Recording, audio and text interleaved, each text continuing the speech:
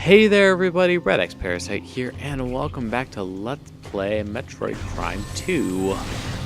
In the last episode, we continued searching for the Galactic Federation troopers, and we found them.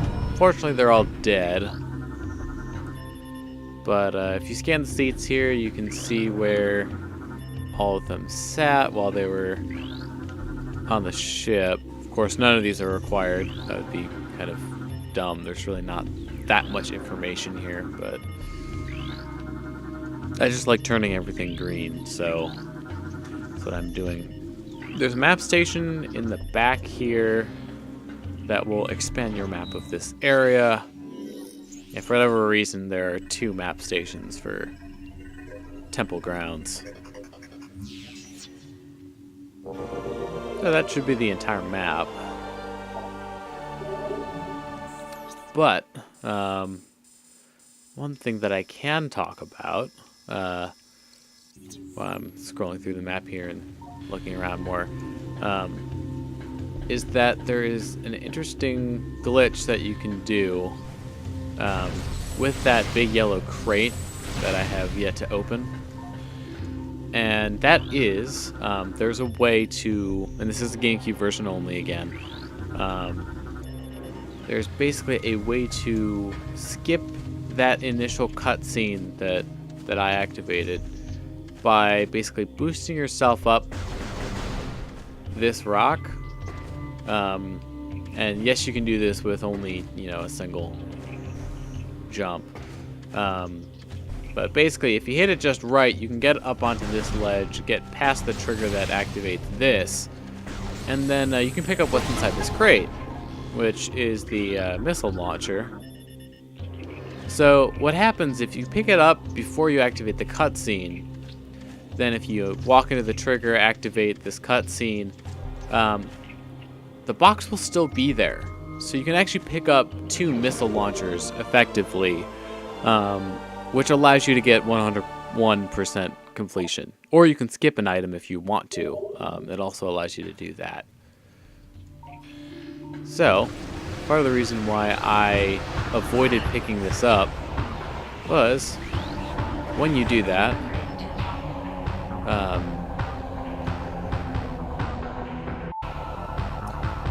sorry about that, had an interruption. So, Dark Splinter, we have a new scan here. Darkling possessed insectoid predator.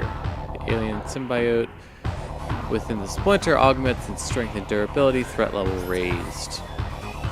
Target is a host to a parasitic bioform. The presence of the parasite increases the target's overall combat threat level. Concentrated weapons fire will damage the target.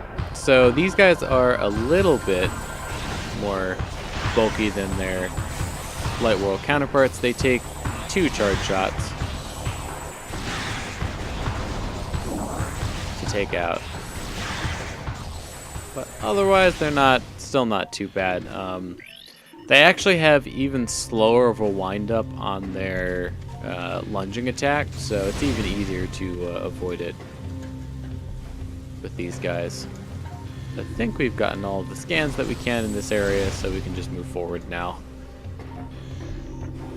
Of course, there will be more for us to do in these areas. Oh, yep, we can scan this. This is a kinetic orb cannon.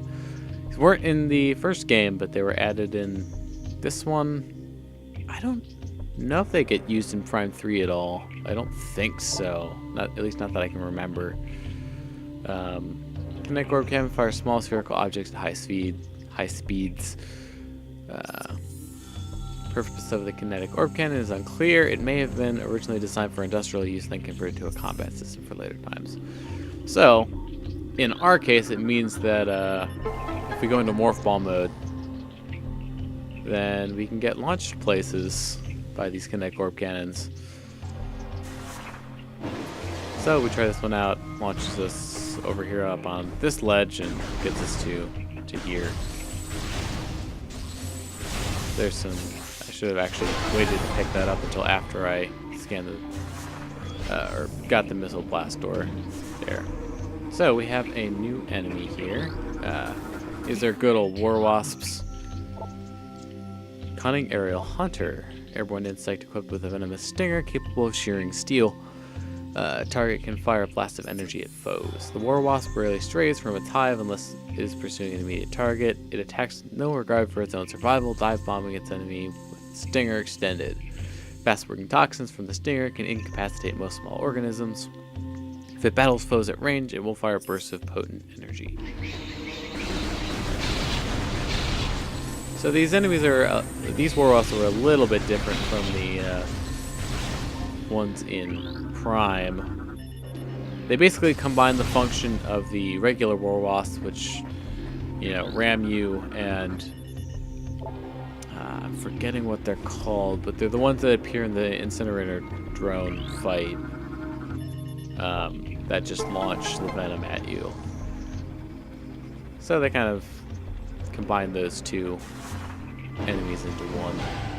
But in order to get to the other side here, all we have to do is activate that kinetic orb cannon. In this room is where you'll find some war wasp hives. So, you know, same thing as the other hives. Organic domicile for insect predators. Destroying the structure will eliminate the war wasp inside. Explosive weapons can damage it, so you can destroy them with missiles. We don't have powerful enough beams yet to destroy them with charged shots. War wasps require considerable amounts of sleep after a long hunt. They weave a protective hide from organic fluids they secrete themselves, then crawl inside to rest. Though safe from most predators, the hives can be damaged by explosive weapons. So, in this case, we can destroy these hives before we get too close and save ourselves a little bit of fighting. Of course, I am low on missiles now, so I can use something like up. Hey, speak of the devil. So, what else is there to scan around here? Aha! Structural analysis. Complete wall section is structurally unsound. Explosive damage may cause it to weaken. So, hit that with a missile and weaken it. Got more war wasps. Alright, so now that it's weakened, a heavy impact may cause it to shatter. So, we have something over here that can cause a heavy impact.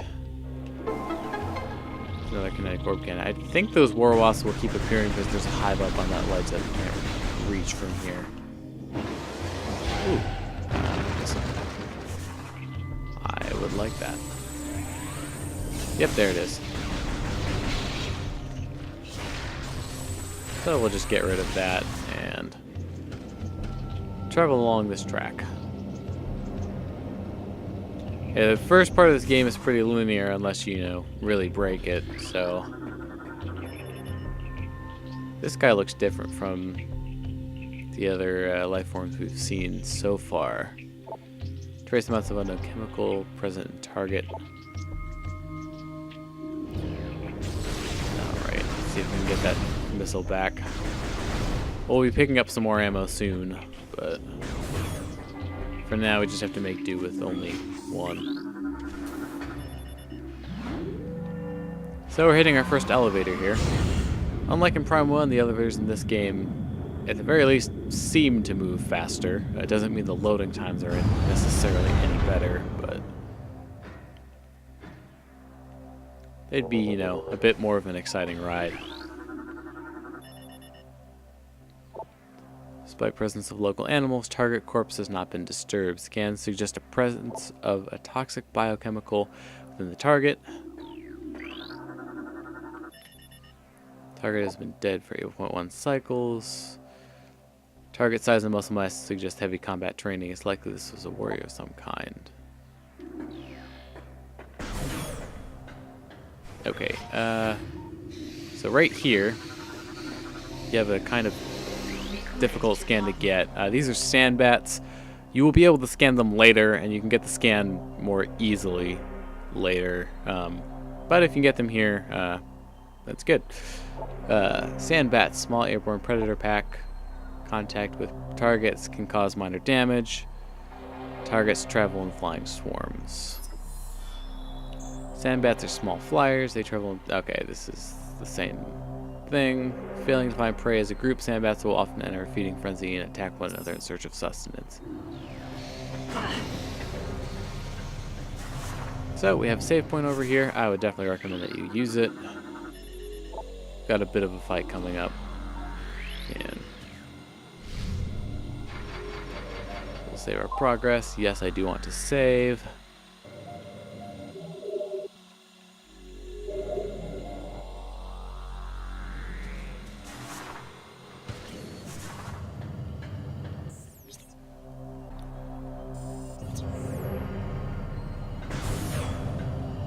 Alright, so you can scan these before the this fight here, but doesn't yield anything useful. So these are hibernetic stasis chambers. Life signs of hibernating bioforms within the chambers are steady. Chambers are made of a number of exotic metals. It would be quite difficult to breach them with conventional weapons. So you can go over and scan these two doors on the sides. If you try to walk too far forward around the side of the room, it'll just trigger the same cutscene as if you walk directly into the middle there. So the first, I think, completely missable scan is coming up here. So we're gonna have to fight a few dark splinters. Which, those are not the missable scan. Yeah, because we've seen them before, and yeah, more of them appear later on in the game, but I'll be sure to note it when we get to it. So, basically with these guys, all you have to do is actually just keep like holding left or right and walking around in a circle, and they won't hit you. You can just kind of take pot shots at them from the other side of the arena.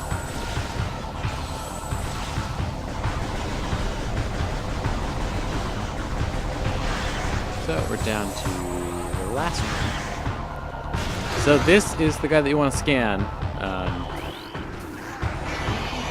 So this is the Alpha Splinter. You do have a very limited amount of time to scan this guy, so start scanning him right away. Alpha male of the Warpack. Gigantic predator, very swift and strong. It uses ramming attacks to defeat its foes. Splinter Warpacks are dominated by the largest male. Alpha Splinters use their tremendous strength, size, and speed to subdue and kill prey, paving the way for their smaller broodlings. So, basically, you don't actually, I think, have to, oops. He's pretty fast, by the way. You don't have to damage him. He'll just throw me an event on a timer, eventually. Oh, okay, there it is. So he'll get possessed. And once he gets possessed, he'll turn into a Dark Alpha Splinter. Yeah, you might be sensing a trend here in some of the naming. But basically, once it becomes a Dark Alpha Splinter, you can't get the regular Alpha Splinter scan anymore. Splinter Alpha males are the first to be targeted for Darkling possession. Dark Alpha Splinters grow in strength and durability, making them an even greater threat than normal. This guy is also a one-time scan, but you have as much time to scan him as you need. But, you know, the funny thing is that even while it can shoot you, and of course I'm not being great at dodging it, but it's easier to avoid than the regular Alpha Splinter is, because its lunge attack is not as fast. But basically, you can use missiles on this guy if you really want to, but you can also just use charge shots. And it actually takes quite a few of them to go down, but really, as long as you're not being dumb like I was, it's not very difficult to beat.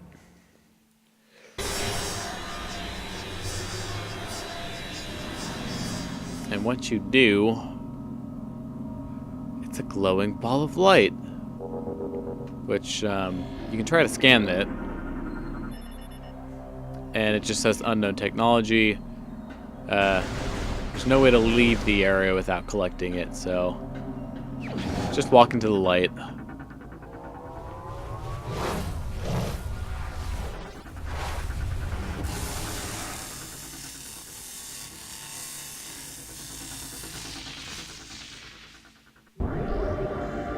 System alert, unknown item acquired. So this actually does count as one of the things on the item completion, believe it or not. Of course, we'll figure out what exactly it is momentarily. But for now, actually, if we go in... game's saying I only have 1% of the items. Maybe you don't actually get the item completion for it until you know what it is. Guess that's something we'll have to check out afterwards, but... For now, there's only one door for us to go through, because all 3 of the other doors were blocked by translator doors. But it seems like we're finally getting somewhere. This place looks different than the temple grounds. It's because, is the temple, but there are important things at the temple. So there's research scan here. Energy controller. This is a regional energy controller. Unit regulates planetary energy in this sector and is linked to a global energy network. Energy controllers were built by the Luminoth to regulate Aether's planetary energy. Several wonders are powered by the energy controllers, including a weather control grid and a transportation system. When Dark Aether was born, it too had energy controllers, all linked to that world's planetary energy. Okay, we can't read this yet. But if we walk forward a little bit, we'll activate another cutscene.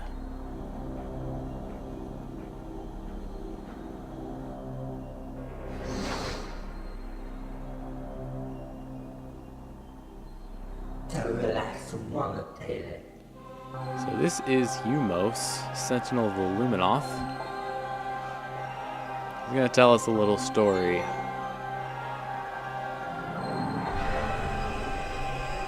Long ago, a cosmic object fell to our planet, Aether, exploding with great force. A rift was torn in time and space, and a strange power flowed over the world.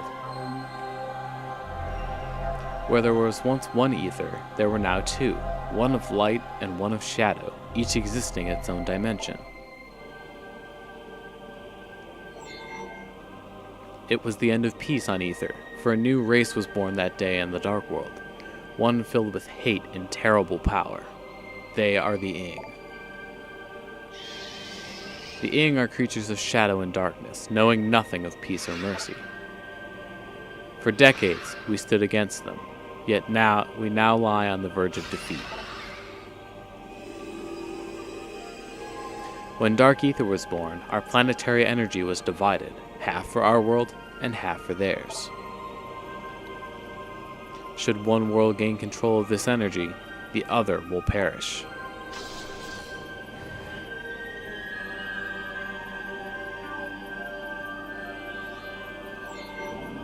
Before you arrived, the Ing had stolen a device from us, one that collects planetary energy. With it, they have weakened our planet to the verge of collapse. But fortune smiled upon us this day, for the energy transfer module is now bonded to you. With it, you can help us restore our world. You are our only hope, Samus. Help me, Obi-Wan Kenobi. You're my only hope. Should we fall, the Ing will look to the stars for new planets to ravage and conquer. Your species could be their next victims. The Ing have taken our energy to 3 temples on Dark Aether. Find these temples and transfer the energy from them to our own. I have updated your map system with the location of another temple. There is knowledge there that can help you on your way. I have also updated your translator module. You can now access devices and doors coded with violet holograms. Many lands are now open to you. Prepare well for your journey. The Ing now know you possess the energy transfer module. They will try to recover it at all costs. Return to me once you have restored the energy to a temple. I will aid you as I can. May the light of Aether shine upon you. So, this would have been a pretty boring game if we had just, come to the planet, found the dead Marines, and then just left. So, you can scan U-Mos here. He is actually part of the research category and not creatures, which is interesting. Indigenous sentient species of planet Aether. Subject is U-Mos, sentinel of Luminoth, guardian of his species and the sacred temple. Scans indicate numerous beneficial abilities, including heightened reflexes, durability, psionics, and flight.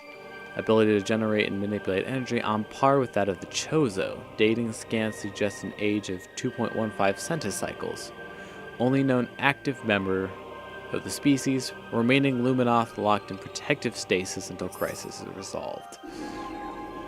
So, there's another Meteor Impact, kind of similar to the original Metroid Prime. Except in this case, it created two different worlds. So now we can read this lore entry. So some of the other lore entries will be in this format of the coded holograms. So Luminoth lore translated origins. It is told that the Luminoth were not born of Aether, but of the stars. In the early days, we roamed the greatness of the void, bathing in the glorious light of 1,000 stars. We met a vast number of enlightened minds, the Nekren, the Yila, I think that's how you pronounce that, and the Chozo among them. Each of them, we found, had claimed a homeworld and formed a deep bond with it. In time, we decided to do the same. So yeah, no, our items are back up to 2 now. If you, well, it's not back up, but it's up to 2. So we've officially acquired the energy transfer module. So that is what we picked up.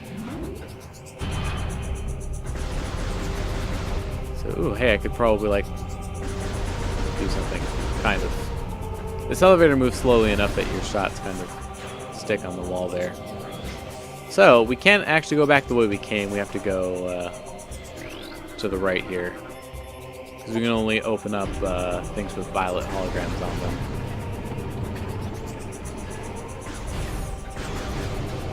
So, we have a new type of enemy in here. This is a light flyer. Light generating flyer. Target mechanoid. It's quite durable. It can fire bursts of energy in combat. The light flyer is an aggressive flying drone. Once loaded to Luminoth, it will now fire a burst of energy at any living thing within range. It generates light at all times, making it somewhat easy to target. So these guys will shoot kind of like bolts of lightning at you if you let them. So, we have a morph ball tunnel here, but unfortunately we have no bombs, so we have no way of actually navigating it. So just remember that for later, because it'll be important. But for now, I think we've actually hit a good place to close out the episode. So thank you very much for watching this episode of Let's Play Metroid Prime 2. I've been redxparasite, signing out.